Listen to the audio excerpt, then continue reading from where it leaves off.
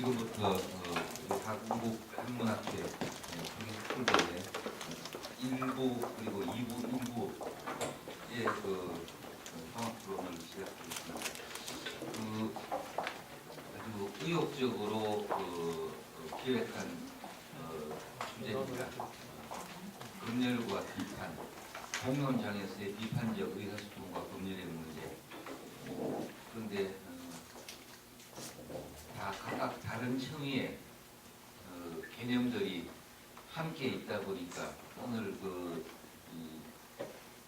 다섯 번의 발표가 개별 발표로는 아주 의미 있는 학술사적으로 중요한 그런 발표를 해주셨습니다만 이 종합 토론을 하려면 논의를 모아야 되는데 불행히 조금 다른 층위의 용어들이 모이다 보니까 하나의 어떤 모임 결집되는 모임은 조금 어려울 것 같습니다.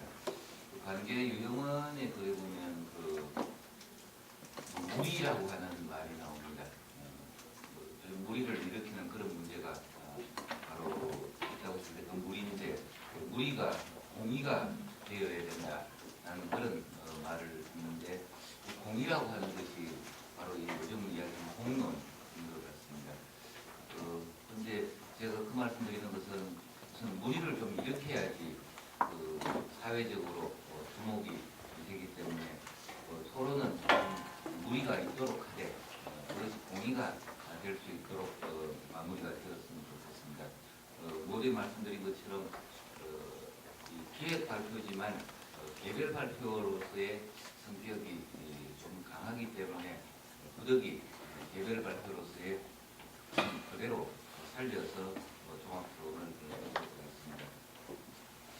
점심 먹는 일이 제일 중요하기 때문에 가급적 11시 50분까지 마치도록 노력을 하겠습니다. 12시 50분.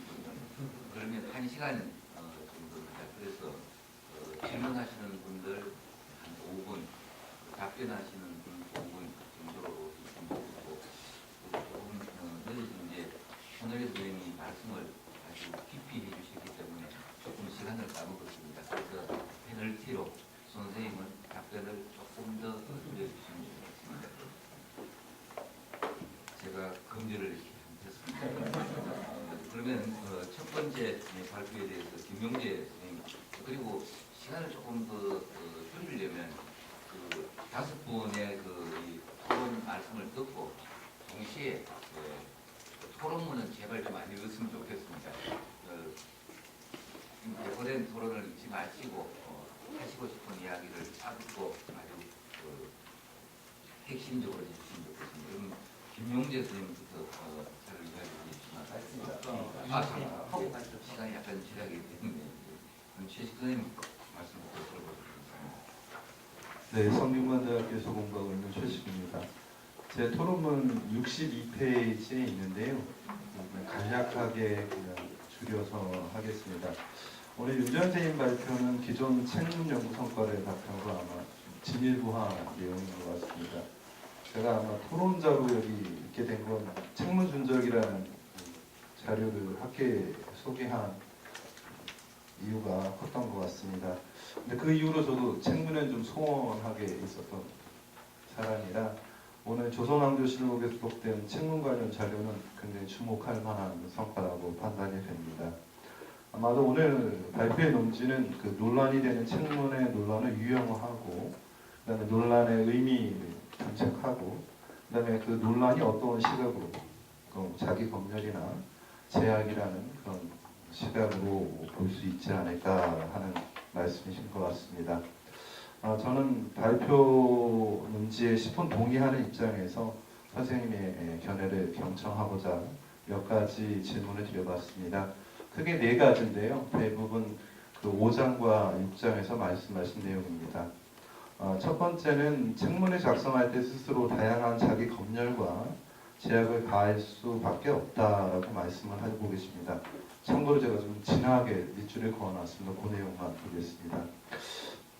그래서 책문에서의 자기 검열과 제약을 지적하고 계신 듯합니다. 근데 근데 자기 검열이라는 사전적 의미로 본다면 아마도 인간의 모든 행위는 자기 검열과 제약에 수반될 수밖에 없을 것이고, 더욱이 책문 같은 경우에는 더욱 철두철미하게 준용되었으리라고 판단됩니다. 근데 좀 다르게 생각하면 책문이라는 거는 특정 공간, 그러니까 과장이라는, 그 다음에 제한된 시간 안에서 작성된다는 특성을 고려한다면 자기 검열과 제약의 사례를 쉽게 찾아보기 어려운 실정입니다. 혹시라도 발표문에 소개하신 자료 이외에 실제로 자기 검열이라고 한다면 이제 뒤에 연예명 같은 경우에 이제 자기가 수정하고 이런 것처럼 실상이 혹시 보이는 게 있는지, 그리고 그런 자료가 있다면 좀 소개를 부탁드립니다. 두 번째입니다. 5장에서 마찬가지로 유사한 양상이란 책문의 내용이 유사성을 지닌다는 것이 아니라 답안을 작성하는 방법에서 유사성을 말한다라고 또 말씀하시고, 또 후대로 갈수록 일정한 유형으로 반복되는 책제에 대해 대책의 내용도 비슷한 양상을 띠기는 하지만 이것을 동일화하기는 곤란하다, 이렇게 말씀하셨습니다. 아무래도 그 작성법의 유사성은 아마 책문의 형식이나 규법 문체적인 문제고, 대책의 유사성은 아마 내용적인 측면으로 판단이 됩니다.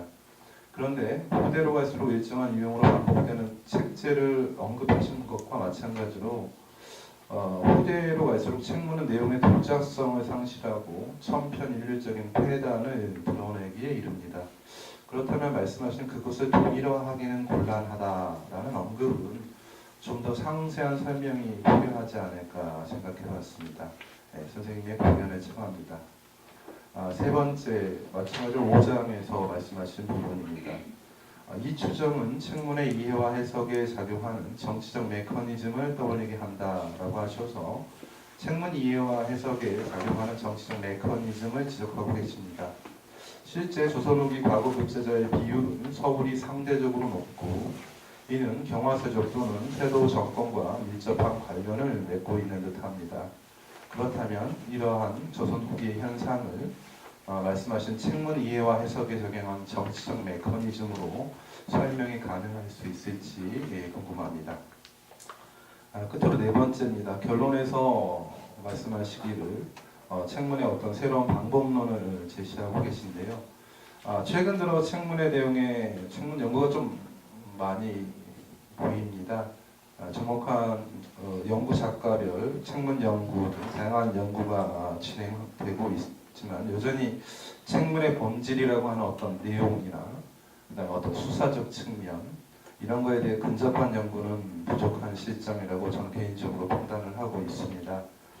혹시나 앞으로 선생님이 그 책문 연구에 대한 계획이 있으시면 듣고 싶어서 질문을 드렸습니다. 이상입니다.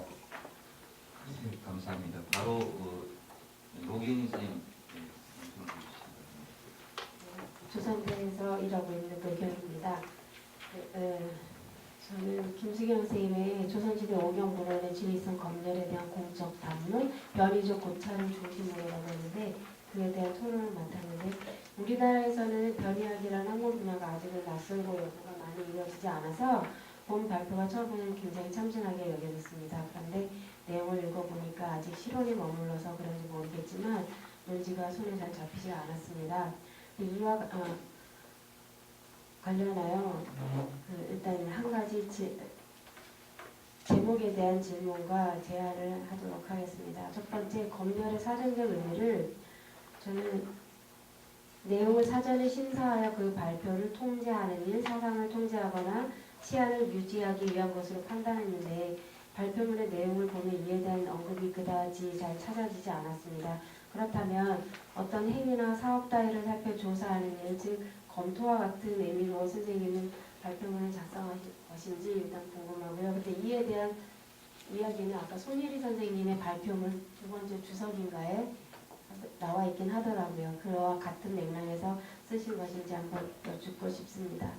두 번째, 김수경 선생님은 정양수의 고적 변이학에 따라서 작자, 편찬 시기, 문자 또는 장절 텍스트의 부위라는 측면에서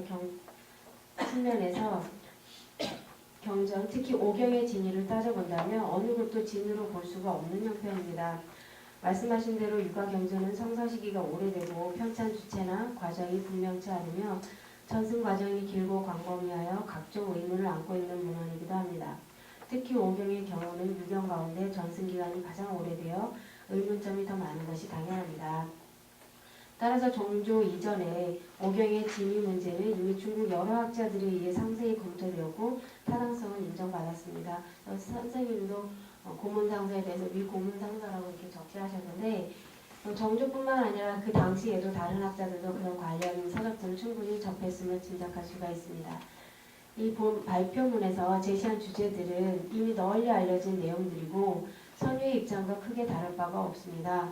그래서 발표자께서도 논점을 정조 시기에 변이적 고찰들이 집중적이고 전문적으로 심화되었다는 데에 맞춘 것으로 생각이 됩니다. 변위를 통해서 진을 취하고 위를 버린다고 한다면 진나라 때 분서 상황보다 훨씬 끔찍한 상태가 되어 남을 것이 하나도 없게 될 것입니다. 그렇기 때문에 정조 또한 변위 문제를 취사 선택이 아닌 절충의 입장에서 위서라 하더라도 취할 만한 부분을 수용하여 오경의 권위를 공고히 하는 이름 마련의 측면에서 다른 것으로 보입니다. 이는 발표자의 의견과 같습니다. 다만 오경과 관련된 변위 문제를 다루면서 범위를 오경으로 넓히다 보니 정작 본 학회의 기획 의도를 제대로 살리지 못한 것 같습니다. 조선시대에는 경전에 대한 의고적, 위적 발언은 오경의 권위에 도전하는 것으로 사문난적으로 몰리는 형국이었습니다.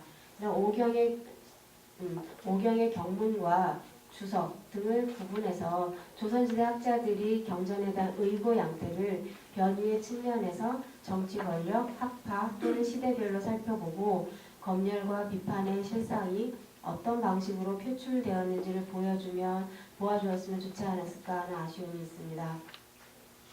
선생님께서 말씀하신 걸 보면 의고와 변위를 따로 보시고 변위와 변위적 고찰을 달리 표현하고 있는 것 같은데 그에 대한 질문을 여기서 추가로 더 드리겠습니다. 그 다음에 추가 내용에 대해서 몇 가지 더 추가 질문을 드리면 첫 번째 서경에 대한 변위 부분에서 문헌의 서술 내용의 진위성이나 합리성 여부는 이와는 별개의 문제에 해당한다고 했는데 기본적으로 변위를 진행할 때 문헌의 서술 내용의 진위와 합리성을 따져서 문제의식 즉 의고가 시작된다고 봅니다. 이와는 별개의 문제라고 한 것은 어떤 의미인지 궁금합니다. 두 번째 얘기에 대한 구절에서 정조의 문제제기가 문헌에 대한 변위적 고찰을 촉진시키는 계기가 되었다고 하셨는데 이후 조선에서 어떤 식으로 변위적 고찰이 진전을 보였는지 혹시 파악된 바가 있으면 보충해 주시기 바랍니다. 그 다음 마지막으로 매진말 마지막 부분에서 오경을 객관적 문헌으로 고찰할 수 있는 가능성이 공간이기도 하다 하는 점에서 의미를 부여할 수 있다고 하셨는데 오경을 객관적 문헌으로 고찰한다는 의미가 무엇인지 좀 보충 설명을 부탁드리겠습니다. 감사합니다. 감사합니다. 이어서 한국 김우정 스님 의견을 들어보겠습니다. 네. 원고가 오지 않아가지고 아마 꽤 짧을 거라고 생각을 하고 나중에 막상고 하다 보니까 꽤 분량이 많아가지고 당황했습니다. 시간 부족으로 제대로 글을 읽고 올바른 질문을 드릴 수 있는지 장담이 잘 안 됩니다. 간단하게 말씀드리겠습니다. 이 성종조 초반 10년 동안 이제 벌어졌던 정가의 개별 양상 이런 것들을 밀도 있게 보여주신 것 같고 덕분에 저 역시 아주 좀 앉은 자리에서 시기에 대해서 좀 제대로 정리가 될 수 있어서 좋았습니다. 고맙다는 말씀 드리고 질문드립니다. 이 검열이라고 한다면 이게 정치적인 것이고 학술적인 것이고 간에 어쨌든 간에 실제적인 위협 혹은 잠재적으로 이제 위협이 될 수 있는 것들을 통제하려고 하는 의미를 품고 있다고 저는 그렇게 생각을 했습니다. 이런 점에서 이때 이제 원상제 혹은 또 이제 군부 세력들이 제기한 일련의 문제 이런 것들을 이제 검열이라고 하는 어휘로 부를 수 있다면 그들이 겨냥했던 구체적인 대상은 무엇이었느냐? 그 무엇을 기준으로 해서 검열하고자 했던가? 그 대상에서 무엇을 어떠한 위협을 느꼈는가? 그리고 그것을 통해서 달성하고자 했던 게 구체적으로 무엇인가? 하는 것들이 좀 더 소상하게 밝혀졌으면 좋겠다는 생각입니다. 그러니까 이 10년간 진행됐던 양상에 대해서는 꼼꼼하게 이렇게 찾아주신 덕분에 저도 제일 많이 이해를 할 수 있었는데, 그래서 라고 하는 의문이 자꾸만 들어서 이런 질문을 드립니다. 관련해서 처음에 이제 시작하는 첫 구절에 비정상, 요즘 많이 들었던 말인데 비정상 취재라고 하는 식으로 이 원상지를 규정하셨습니다. 그렇게 규정할 수도 있겠다는 생각이 듭니다. 근데 이제 그럼으로써 이건 이제 과연 정치 제도 자체를 어떤 식으로 규정하느냐에 따라 다를 수 있겠는데 12살이가 성격이 지지하기가 그것을 어떤 면에서는 원숙한 원로들에 의해서 좀 보완이 되는 측면들도 있을 텐데 비정상이라고 규정한다면 이건 아무래도 좀 약간 그 이후에 등장하는 살인죄의 입장에서 바라보는 게 아닌가 하는 생각이 들었습니다. 물론 이들의 지금 생활 일련의 조치들 가운데는 고등 유생들에게 불통 판정을 내렸던 것, 또 35살의 그 같은 이육을 대사성에 임명하려고 강행했던 일들, 이런 것 같이 좀 사실 상식적으로 이해되지 않는 부분들도 있습니다만 그 이면에 혹시 이거 말고도 그런 자신들의 어떤 권위를 누릴 수 있는 방법들이 많았을 텐데 그럼에도 불구하고서 굳이 이런 방법을 택했던 것은 이것을 일종의 유치 이탈의 화법, 정치인들에게서 많이 보이는 그런 것으로 이해하지 않는다면 그 밖에 그들 나름의 어떤 확고한 신념이라든지 책무감 이런 것들이 존재하지는 않았을까 하는 그런 생각도 들었습니다. 그리고 사소한 문제입니다만 이제 전조 3년 예조에서 올린 계사 가운데 기이하고 괴벽한 문체라고 하는 어휘가 나오는데 이것을 강서식화 쪽이 아닐까라고 이렇게 살짝 건드리고 넘어가셨는데요. 과연 그런지 조금 더 추가 설명 부탁드리고, 또 이게 이제 기술적인 면에서 보면 성종 지륜형부터 시작하는 것들도 그것이 간편하긴 한데 그 한 2, 3년쯤 전에 성균관 직제가 이제 완전히 이제 개편이 되는 일이 일어나죠. 확대가 많이 되거든요. 이런 것들과도 사실 관련지어서 이야기할 수도 있겠다라는 생각이 들었습니다. 부탁드립니다.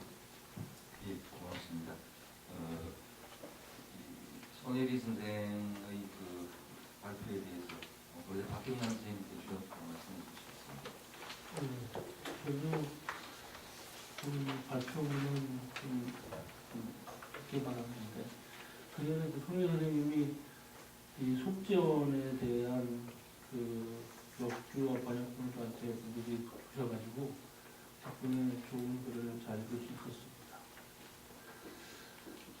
다만 이제 그 제가 기술을 갖고 읽었던 이 속재원이 예전 그 평가의 문제라든지 그 다음에 주제하는 검열 거기에 어떤 개념 문제라든지 그리고 여기서 어떤 제모에서 기사한 것 실제 내용 설명상의 어떤 괴리라든지 그런 것들을 저는 좀 느꼈기 때문에 그런 식의 질문을 제가 구성해 봤습니다. 근데 손 선생님의 각주 2번에서 밝혔듯이 본인의 어떤 이 주제를 그 검열에 대한 의미를 어떤 행위나 사업 단을 살펴 조사하는 일이라는 그런 이제 조금 다소 막연하고 그 의미를 통해서 이제 접근을 하신 것 같습니다. 이 속재원에 대한 이 주제, 이 기획 주제에 대해서. 그래서 그런지 모르겠지만 실제로 검열이라는 단어에서 오는 어떤 팽팽한 긴장감은 그 일반적 의미의 조사가 아닌 국가나 상관들과 같은 권력을 가진 집단이 그렇지 못한 개인과 집단을 조사하여 그들의 자유로운 행동이나 표현을 통제하거나 권력에 대한 비판을 차단하고자 하는 데서 이 개념이라든지 용어가 가지고 어떤 긴장감이 있을 거라고 생각합니다.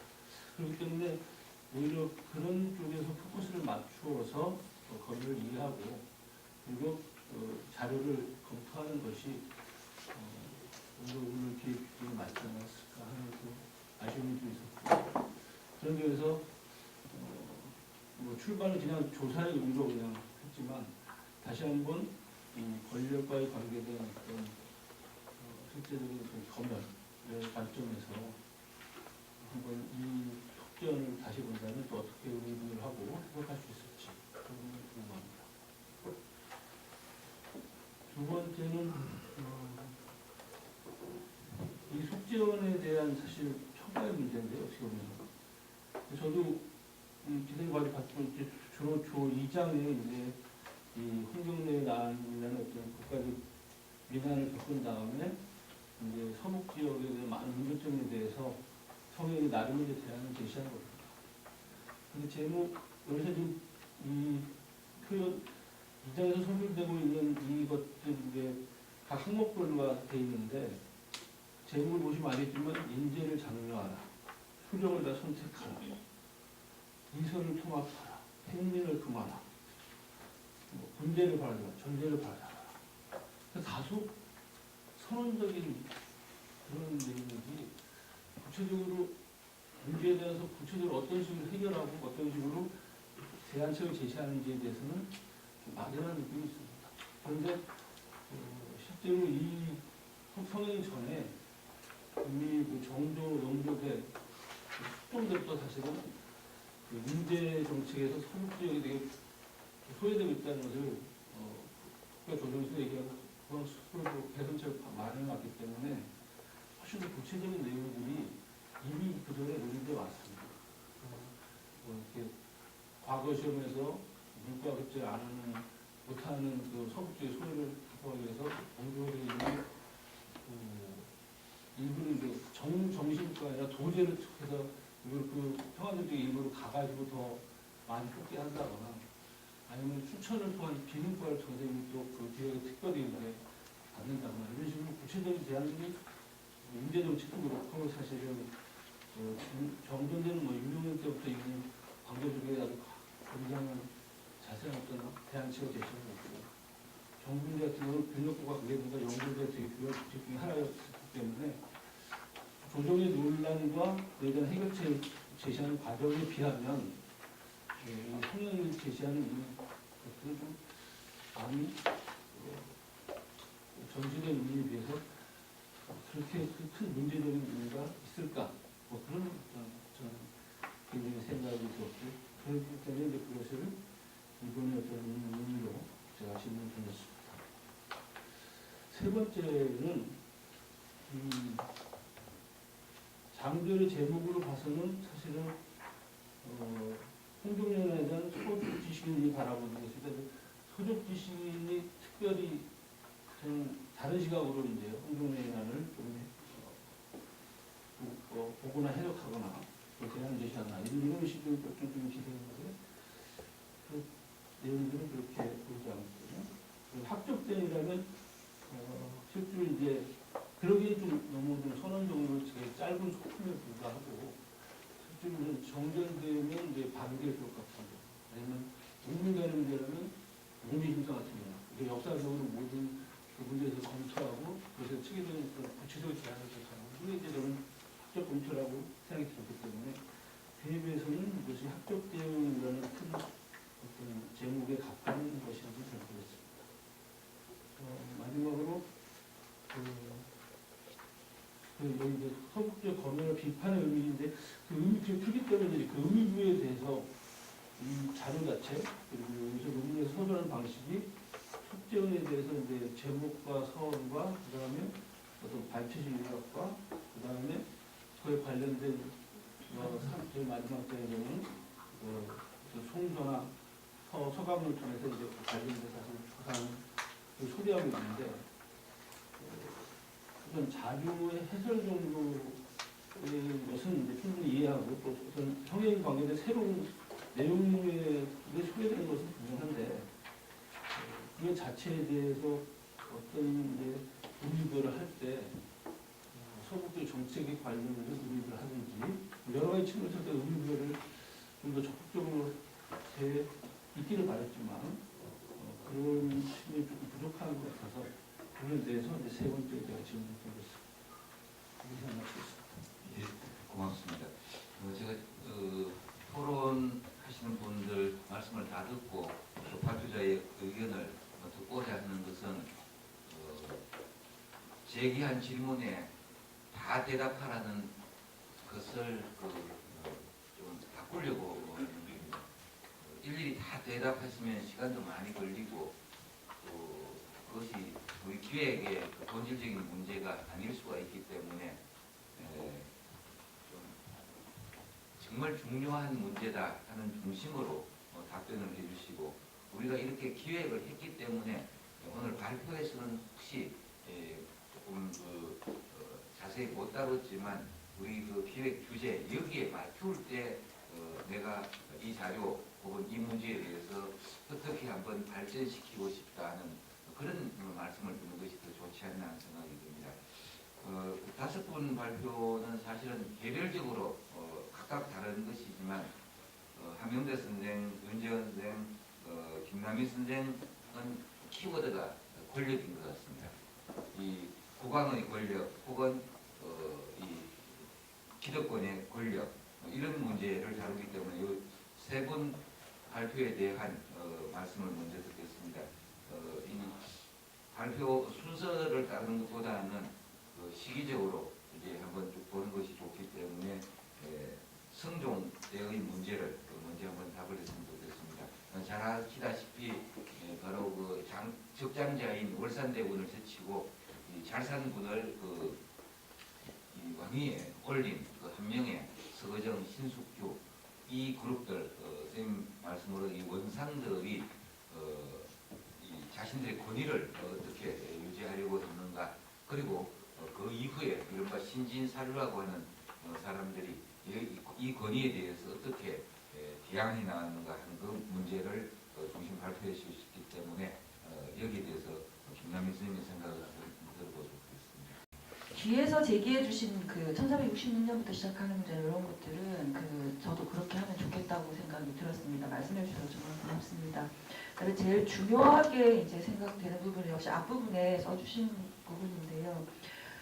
결국은 이렇게 사림의 입장에서 선 것이 아니냐라고 했는데 결국 보니까 이 치세 초반에 그 공론장을 검열하는 제 입장이 사림 그리고 뭐 지역 이런 어떤 저희 나름의 어떤 그런 기준이 있었던 것 같습니다.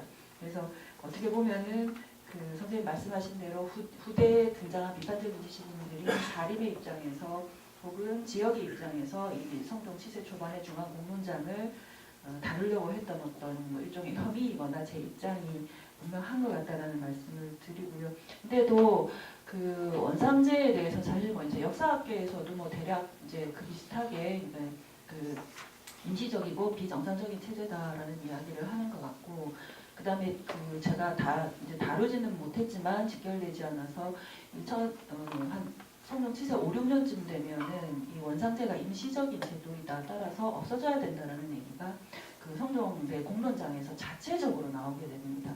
예, 그러니까 견판서나 원상은 임시적인 것이다. 법전에도 없는 이상한 제도이니까 없애야 된다는 얘기가 나오고 그걸 근거로 해서 물러나라고도 하고 물러나겠다고 하는 이야기들이 나와서 그걸 보면서 이 치세 초반을 다룰 때 이 시기의 무게를 조금 더 느껴보는 게 좋겠다. 그래서 그냥 아예 굉장히 비정상적인 체제 속에서 권력을 어떻게 작동시키는지를 한번 조금 이제 접근해 보자라는 생각이었습니다. 그래서 이제 제가 조금 비정상적이다라는 이야기를 조금 몇 번 서두에 썼던 것이고요. 일단 제일 중요한 문제 진정성 문제 말씀하셨는데 어떻게 보면 제가 훈구들의 논의를 먼저 보자라고 했던 그 기저에는 훈구 사림의 대립구도를 놓고 훈구들에 대해서는 일괄적으로 이제 평가를 하는 부분들이 늘 있어 왔습니다. 그래서 그러기 전에 훈구들의 발언을 한번 들어보자. 그들이 가지고 있는 논리나 선생님 말씀하셨던 어떤 진정성이라는 것이 과연 이제 어디서 작동을 하고 있는가를 찾아보고 그래서 훈구 내부에 혹시 어떤 갈림이 있다면 이 10년에서 형성되는 과정에서 어떻게 파악이 될 수 있을까 이제 그걸 좀 생각해 보려고 했습니다. 그러니까 사실은 진정성이라는 부분이 발견될 수 있다면 그거를 나도 한번 생각해 보고 싶다라는 생각이었는데요. 사실 뭐 진지했다 이런 그 시대의 학풍의 문제나 이런 부분들이 진지함을 가지고 있었다라고 하면 동의할 수는 있을 것 같은데 진정성이 결국은 무엇을 겨냥하고 있었느냐 하는 부분에서는 조금 구분을 해야 되지 않을까 싶기도 합니다. 제가 이 실록들을 읽으면서 앞부분에서 일테면 한명회 같은 원상하고 그 다음에 신숙주 같은 원상하고 정창성 같은 사람하고 이렇게 다 한꺼번에 다룰 수가 조금 없을 것 같아요. 그래서 사장의 DNA를 가졌다고 말씀하셨는데 신숙주나 서거정 같은 사람들이 주장하는 것하고 한명회 같은 그런 원상들이 주장하는 건 사실 권력의 메커니즘이 가장 강력했던 것 같고요.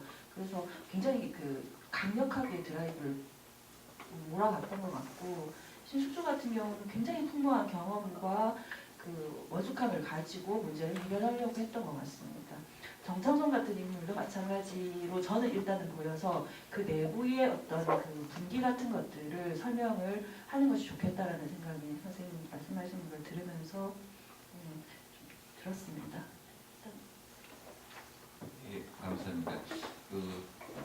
신숙주, 서거정 같은 원로들은 뭐 요즘 말로도 공부를 굉장히 잘했던 사람들이고 그런 입장에서 공부 못하는 이 후학들을 어떻게 키울 것이냐 하는 그 문제가 진정성 문제하고 다 연결되는 것 같습니다. 사실 이 시기 국가적인 인재 양성책하고 연결되는 문제인 것 같습니다.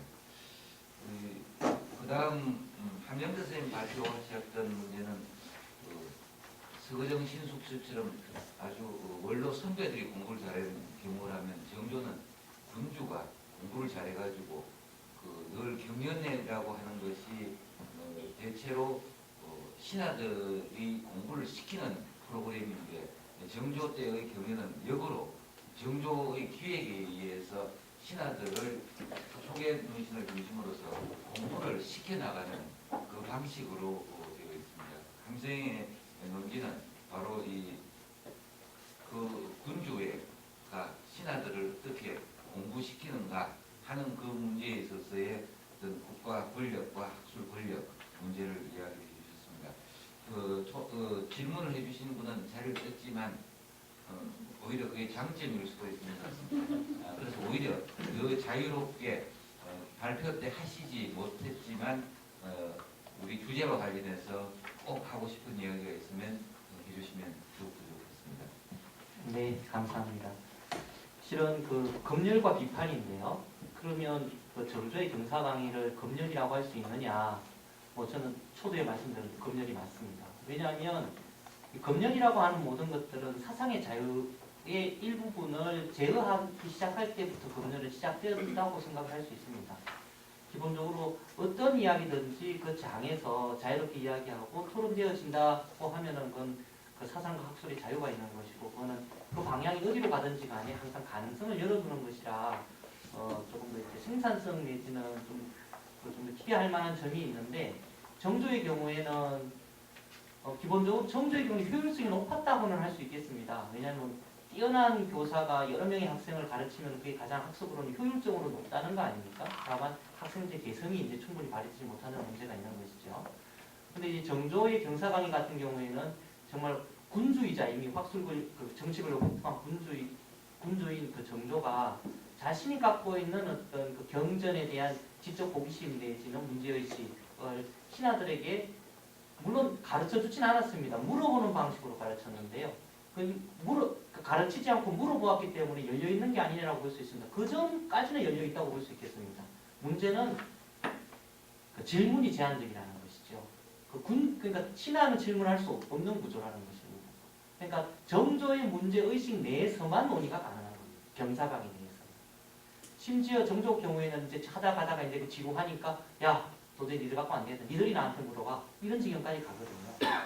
이건 뭔가 하면은 정조는 수준이 높고 또 어느 정도 통일성이 있는 그리고 개방성이 그러니까 주작이라는 규정이 있었지만 상당히 개방성도 있었기 때문에 경사대의 수준이 완전히 낮다고 생각하지는 않습니다.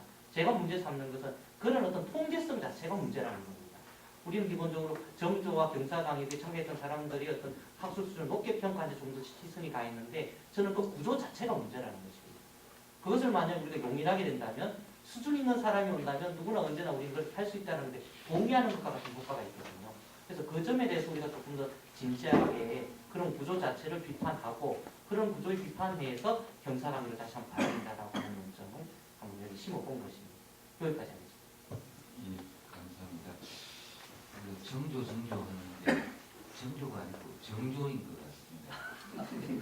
우리가 한문화가 잘못 사는 것 같으면 정조하고 정조는 다른 의미이기 때문에 농담 삼아 말씀드렸습니다. 최근 정조의 통치술 이른바 문학과 학문을 이용해서 어떻게 정치를 했는가 어찰집에 이미 드러났습니다만 나머지 많은 학술에서 주자 중심의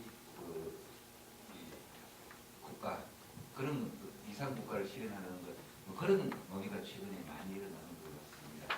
그것이 이제 검열의 문제로 넘어갔는데 질문을 통해서 이제 통제를 한 것이라면 이 책문의 경우에는 책문이 책문이라고 해서 물었을 묻는다는 뜻의 책제와 거기에 대한 답이 있을 때 사실은 책제라고 하는 것은 그 질문을 통해서 국가적인 관심사를 환기를 하고 그 환기된 관심사에 대해서 신하들이 어떻게 대응하는가 하는 그 문제입니다. 그래서 사실 검열 문제로 갈 때는 검열이라고 하는 말이 지금 맞지는 않습니다만 국가 권력이 어떤 학술과 사상을 통제하려고 했을 때 가장 문제가 되는 것은 바로 이 물음인 것 같습니다.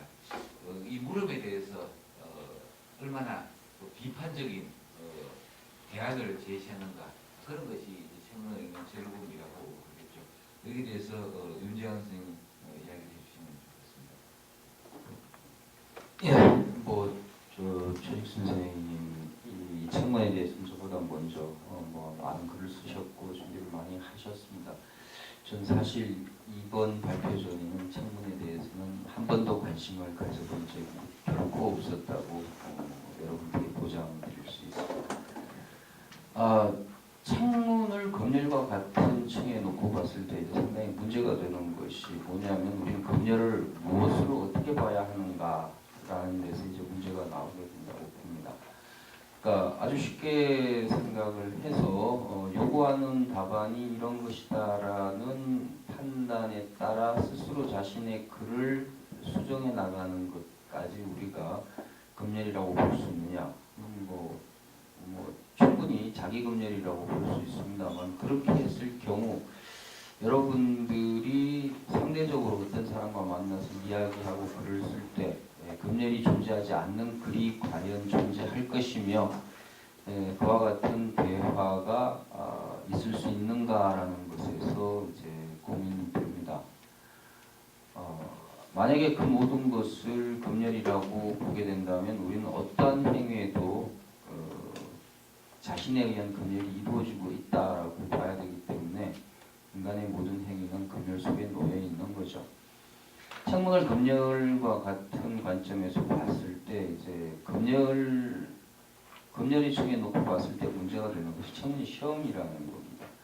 그러니까 무슨 말이냐면 책문이라고 하는 것은 기본적으로 당락을 결정하는 것을 전제로 한 문제이기 때문에 글을 쓰는 사람은 문제에 맞출 수밖에 없는 것이고 문제에 맞춰 답을 쓰면서 출제한 사람이 요구하는 답을 쓸 수밖에 없는데 그것을 우리가 검열이라고 할 수 있는가?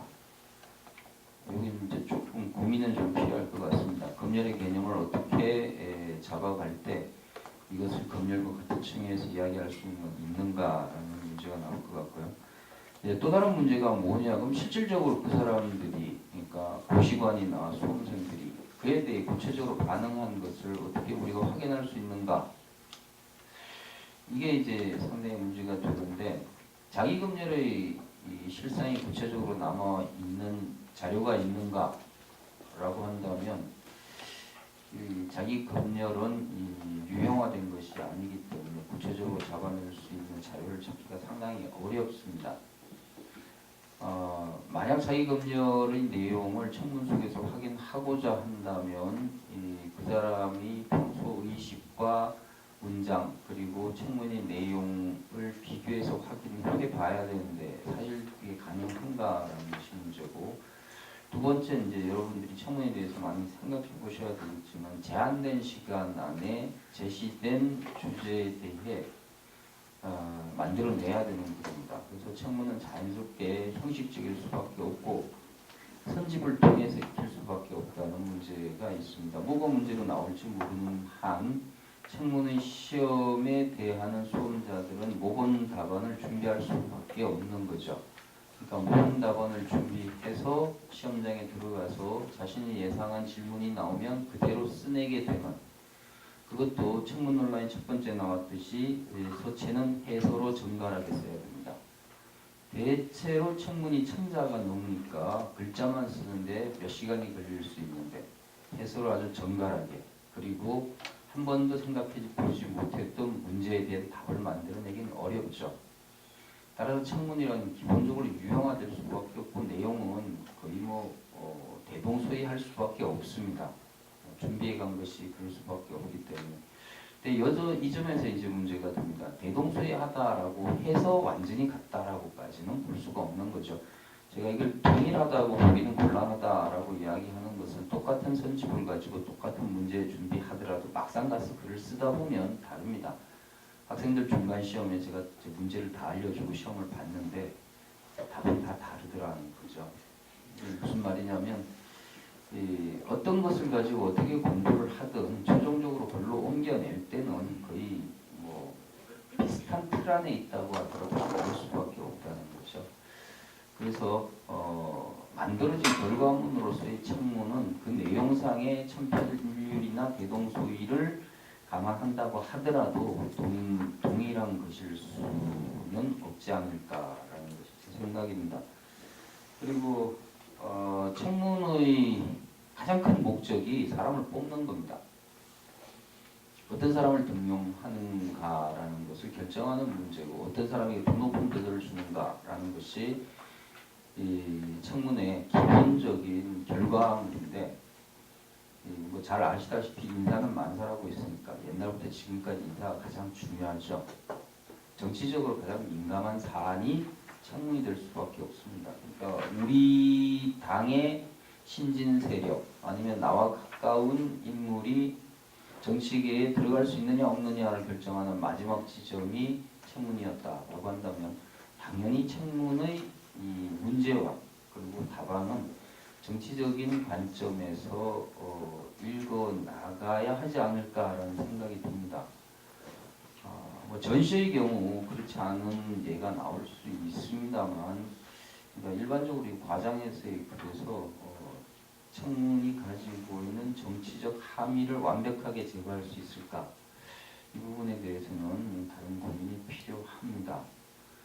그러니까 여러 가지 문제가 있는데 이 청문회 검열에 관계되는 부분을 살펴보기 위해서는 몇 가지 방법이 있을 겁니다. 일단은 청문과 문집 속에 실려 있는 청문, 그러니까 시권 속의 청문과 문집 속의 청문이 어떻게 다른가라는 것을 찾아보는 것도 방법일 수 있을 것이고, 하나의 책자에 대해 여러 가지 다양한 청문, 그러니까 동일 과정에서 출제된 청문에 대한 다양한 시권을 확인하는 방법도 있을 것인데 사실은 그 자료들이 거의 없습니다.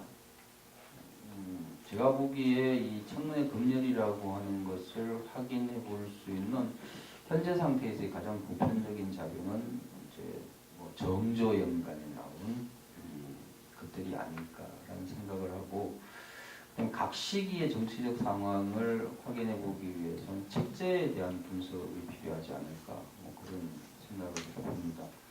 그리고 제가 앞으로 청문에 대해서 더 많은 글을 쓰게 될지에 대해서는 자신이 없습니다만, 만약 하게 된다면 저는 동일 시험에 출제됐던 게시권들을 모아서 보는 작업을 한번 해보고 싶다는 생각이 듭니다. 그러면 유형화의 문제, 그다음에 각 시기에 그냥 그 시기에 제시됐던 문제에 대해 생각하고 있었던 양상, 뭐 이런 것들을 확인할 수 있지 않을까라는 생각도 합니다. 예, 여기까지입니다.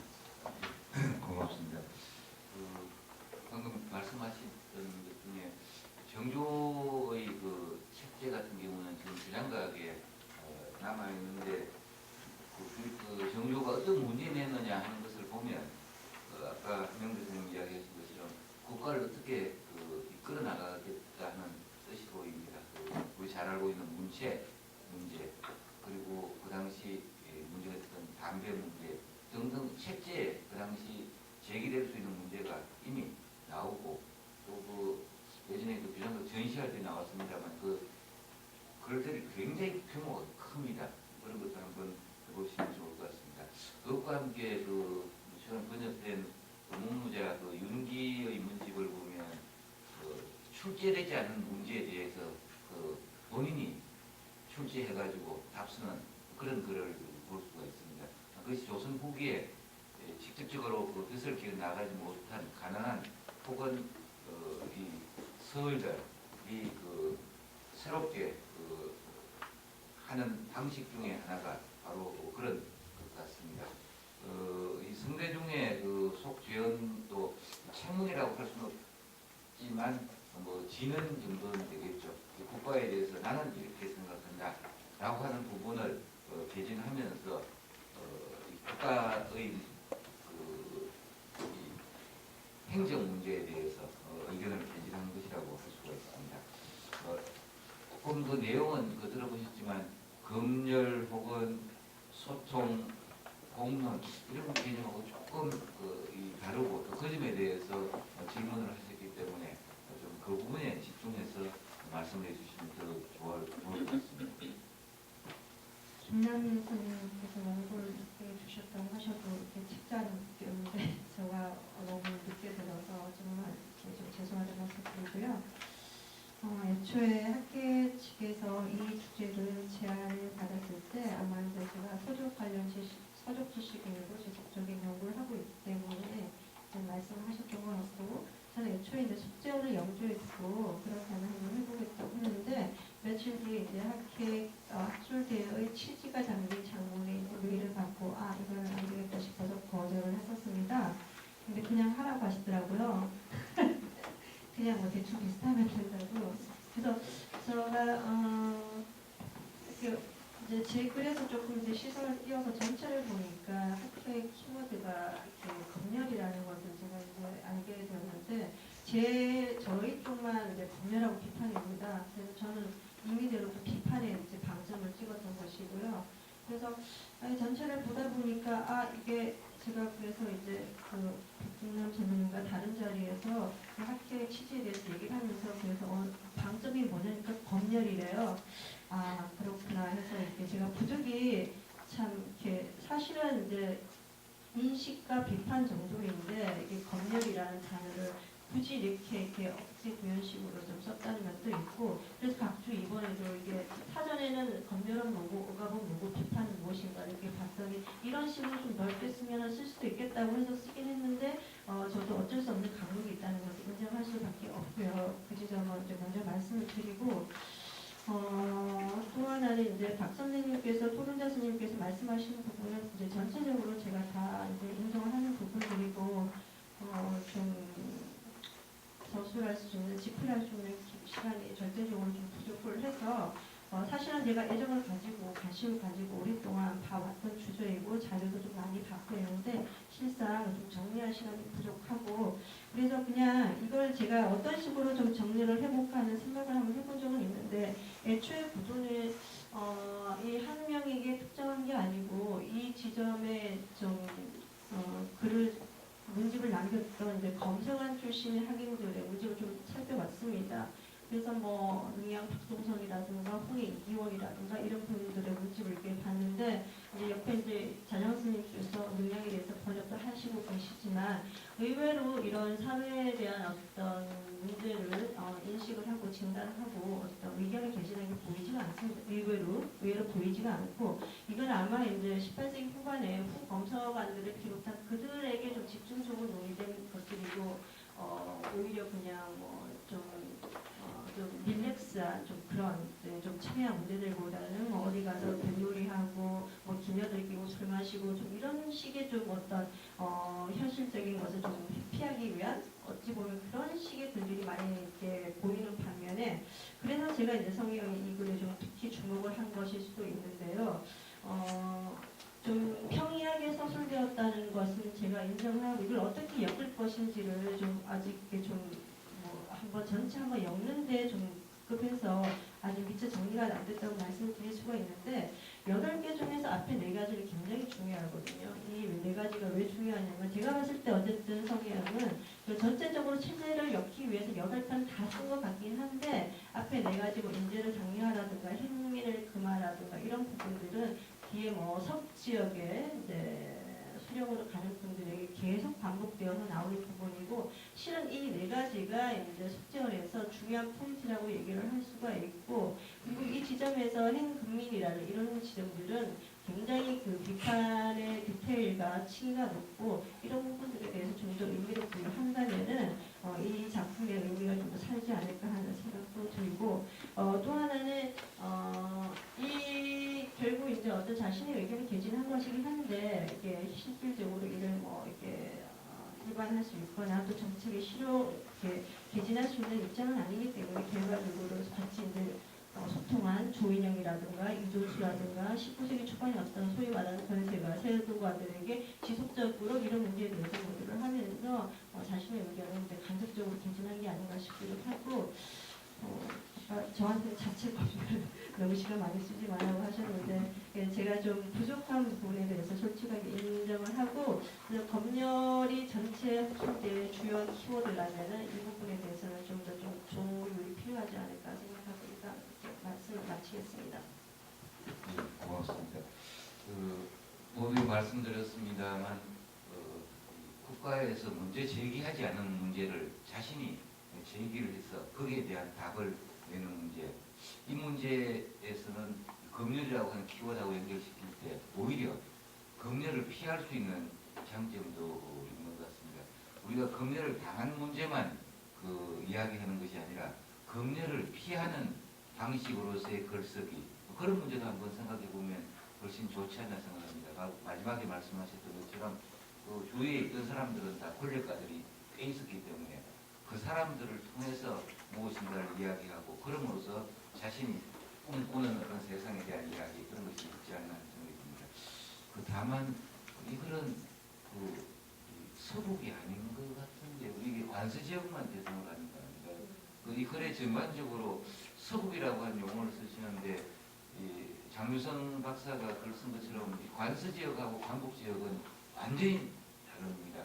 관서지역 문제와 광복지역을 섞어버리면 논의가 굉장히 복잡해지고 광복지역은 흥폐지 이성계의 고향이기 때문에 거기는 주작이 굉장히 흥미한 곳이고 또 평안도는 전혀 다른 심지어 우리 양반 체제 자체가 성립이 안 된 곳이 평안도라는 이야기까지 나오는 곳입니다. 그래서 조금 분리해야 되지 않나 생각이 듭니다. 그리고 세 번째 발표하셨던 김수정 선생님 발랄하게 아주 즐겁게 그 발표를 잘 들었습니다. 다만 이 문제는 권위의 문제인 것 같습니다. 이 권위라고 하는 키워드를 가지고 검열 혹은 비판 이런 문제하고 한번 연결을 해봐야 되는데 아까 질문을 여러 가지 해주셨습니다만 제가 사회를 보는 입장에서 이 문제에 대해서 좀 생각해야 될 것은 일본 같은 경우에 이제 17세기 무렵부터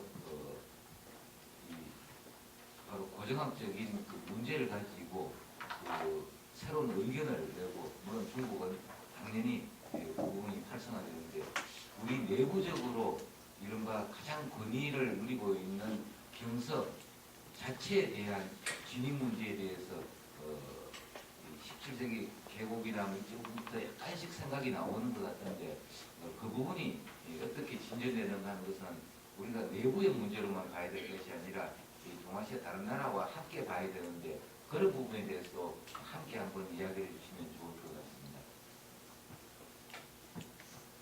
같습니다. 감사합니다. 자장 선생님 감사합니다. 그리고 유경희 선생님 감사합니다. 제가 그 경학을 주로 시경을 공부하다 보니까 어떠한 그 토론 발표 주제가 오면 계속 경학하고 연결을 시키려는 아주 나쁜 버릇이 생겼습니다. 그래서 이게 그 이번에 주제를 주신 때도 어떻게 하면 이걸 경학이랑 연결해 볼까를 고민하다가 그 사상적인 검열도 있겠고 경학에도 물론 정치 사상적인 검열이 존재할 수 있겠고 도덕 윤리적인 검열도 존재하고 있습니다. 예를 들면 아까 발표에서 말씀드렸던 시경에서의 그 음시 같은 경우는 도덕적인 검열에 들어갈 것 같습니다.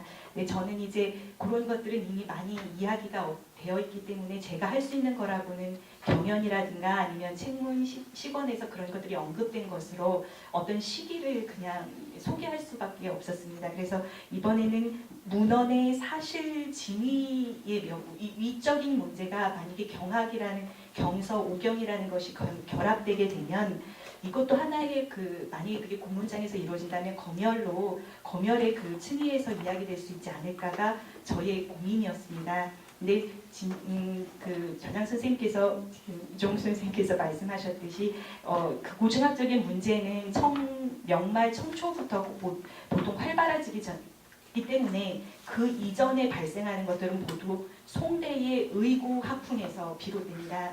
의고 학풍이라고 하게 되면 예를 들면 지금 음시 같은 것들이 의고 학풍이고 그냥 믿지 않는 것들이 의고 학풍인데 이 의고 학풍이 청대의 고증학으로 넘어가는 그 순간에 바로 변이 방법론이 보다 구체화된다고 볼 수 있을 것 같습니다.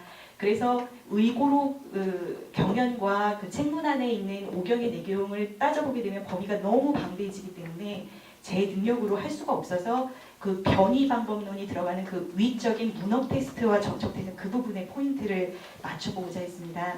그렇게 되니까 기존에서 이제 그렇게 하게 되면 죄송합니다. 그렇게 하게 되면 그 기존에서 어떤 특정한 논의랑 그 의견이 제시된 그런 책문이라든가 이런 것이 논의가 연구가 되는데 만약에 책문과 그 경연에서 언급된 그것까지 소급되게 되면 정조 훨씬 이전에 있는 관련 언급들을 찾아서 연결할 수가 있었습니다. 그러한 연결들은 주로 그 송대의 의고 학풍에서 연루된 거긴 한데요. 물론 오경에서는 진짜 만약에 그걸 문헌 텍스트의 진위의 문제에서 접근하게 되면 위쪽인 요소가 너무 많습니다. 하지만 그 가운데에서 공론장이나 다 같이 이야기할 수 있는 이 문제, 고민할 수 있는 문제, 더 이상 수면 위로 떠 올라와서 피할 수 없는 문제들은 뭐가 있을까를 책문이나 시권 아니면 경연에서의 언급을 통해서 추려보는 것이 저희의 목적이었습니다. 근데 그 추리는 게 많이 전면적이지가 못하고 또 오경에 대한 전반적인 권위성이 워낙 높다 보니까 그 변이하는 논의 자체가 상대적으로 적었습니다. 그래서 중간중간에 의고적인 부분들 많이 논의가 되기 때문에 그러니까 의고적인 언급까지 아우른 부분이 종종 있었습니다. 그래서 류경희 선생님께서 언급한 의고와 변이의 구분은 크게는 의고는 그 송대에서 비롯한 사상 그 다음에 아는 풍조적인 품격 정반을 언급한다면 변이는 그 중에 한 부분을 차지하고 청대 이후에 보다 본격적이 된 어떠한 그 방법론적인 접근, 문헌 접근이라고 그렇게 규정할 수 있을 것 같습니다. 그 다음에 이제 그 누경희 선생님께서 그 많이 그 의고 양태와 관련된 정치 권력 합화 시대 그것과 검연과 비판을 연결하면 어떻겠느냐 이렇게 좋은 조언을 주셨습니다. 이것도 제가 앞으로 원래 경학을 공부하다 보니까 너무 하고 싶은 부분입니다. 예를 들면 이제 정조가 종성의 시평을 얘기하거든요. 그런데 이제 그 당시에 규장 총목엔 종성 시평이 다 있습니다. 그리고 거기에 이제 설명도 있고요. 그런데 갑자기 종성 시평에 대해서 약간 너무 안 좋아 이렇게 얘기한 다음에는 그 다음 이후에 순조 그다음에 헌조 이 시대에 있는 도서 보관 그 목록에 얘가 빠집니다. 찾을 수가 없습니다. 그렇게 되기 때문에 이런 검열을 통해서 어떤 정도의 의견을 통해서 그 책이 사라지는 그런 상황도 볼 수가 있었는데요. 문제는 그 안에서 의미적으로 제가 그것을 분석할 수 있는 많은 자료가 없기 때문에 그 부분을 이제 관심을 갖고 있는데 아직 그거를 어떻게 논문화시키기는 아직 미숙한 상태입니다. 지금 가르침 주신 그러한 큰 범위, 의보학파와 관련된 그러한 의문 부분들도 좀 더 깊이 있게 연구해 나가도록 하겠습니다. 이 정도 말씀드리면 고맙습니다. 검열과 이 경학과 연결시킬 때 제가 뭐 전공하고 있지는 않습니다만 이 청대의 수많은 이 해석서들 중에서 우리 학계에서 소개된 것과 소개되지 않은 것, 그것이 어찌 보면 어떤 지식의 어떤 호에 따라서 바뀌는 것인지 아니면 국가적인 문제에 의해서 바뀌는지 뭐 그런 것도 굉장히 재미있을 것 같습니다. 왜냐하면 시경만 하더라도 꼭 우리나라에 들어오는 것만 들어오고 들어오지 않는 것은 들어오지 않고 하는 그런 문제, 왜 누구의 학설은 안 들어오는가 하는 그런 문제도 한번 생각해보면 재미있지 않을까 하는 주제로만 말씀을 드렸습니다. 혹시 토론자 선생님 중에서 더 하실 말씀 혹시 있으신가요? 제가 조금 더 말씀드리겠습니다. 예, 그러세요. 예, 지금 막 좌장 선생님께서 하신 말씀은 굉장히 흥미로운데요. 그거는 제가 작년에 규장각이 지원해서 규장각지가 아니라 규장총무 중국에서 들어온 중국본에 대한 것을 하니까 정원 선생님 연구도 있습니다만 확실히 골라서 들어왔다는 느낌이 강하고요. 확실히 그런 점이 있습니다. 근데 그것이 정조만의 생각인지 아니면 당대 정조를 주변하고 있던 사대부들의 기본 생각인지를 좀 갈라서 촘촘히 볼 필요가 있지 않나 생각이 듭니다. 그건 아마 그러니까 관가의 목록과 개인 목록을 한번 추적하면은 좀 실전적인 접근을 할 수 있을 거라는 그런 생각이 들고요. 굳이 달라고 하면 아까 잠깐만 좀 김영재 선생님 3가지나 물었는데 제가 답변을 하나도 안 해가지고 계시진 않지만 너무 미안해가지고 한 가지는 말씀을 드려야 될 것 같은데요. 이게 제일 핵심적인 건데 결국 그런 식의 어떤 정조의 그런 경사강의식의 접근이 그러면 실제로 조선의 정조의 그런 학술적 부흥, 문예부흥에 장애가 됐단 말이냐, 이 질문이 참 쉽지 않은 질문이거든요. 그래서 그거에 대해서는 간단히 의견을 말씀드려야 될 것 같아서 부탁을 드렸는데요. 제가 보기에 기본적으로 경사강에서 논의되고 있는 수준이 낮다고 보기 어렵습니다.